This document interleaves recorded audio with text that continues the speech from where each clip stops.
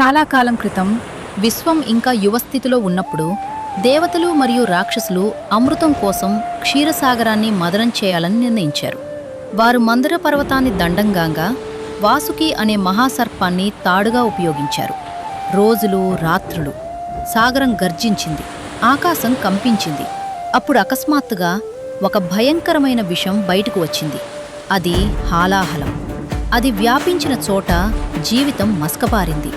దేవతలు భయపడ్డారు, ఎవరూ దాన్ని ఆపలేకపోయారు. అప్పుడు వారు శివుని వద్దకు వెళ్లారు. శివుడు మౌనంగా విన్నాడు. బాధపడుతున్న లోకాన్ని చూసి కళ్ళు మూసుకుని ఒక నిర్ణయం తీసుకున్నాడు.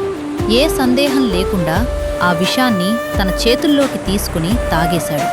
అది అగ్నిలా మండింది, కానీ శివుడు కదలలేదు.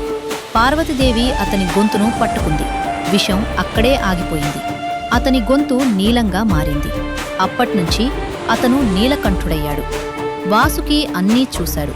శివుని త్యాగాన్ని, ధైర్యాన్ని, కరుణను, ఆరాధనతో నిండిపోయి శివునికి నమస్కరించి తనను అతని మెడ చుట్టూ చుట్టుకున్నాడు. ఆయుధంలా కాదు, ప్రమాదంలా కాదు, భక్తికి గుర్తుగా. ఆ రోజు నుంచి వాసుకి శివుని ఆభరణమయ్యాడు. నిజమైన శక్తి అంటే శాంతి, ధైర్యం, త్యాగం అని తెలిపే గుర్తు. హరహర మహాదేవ.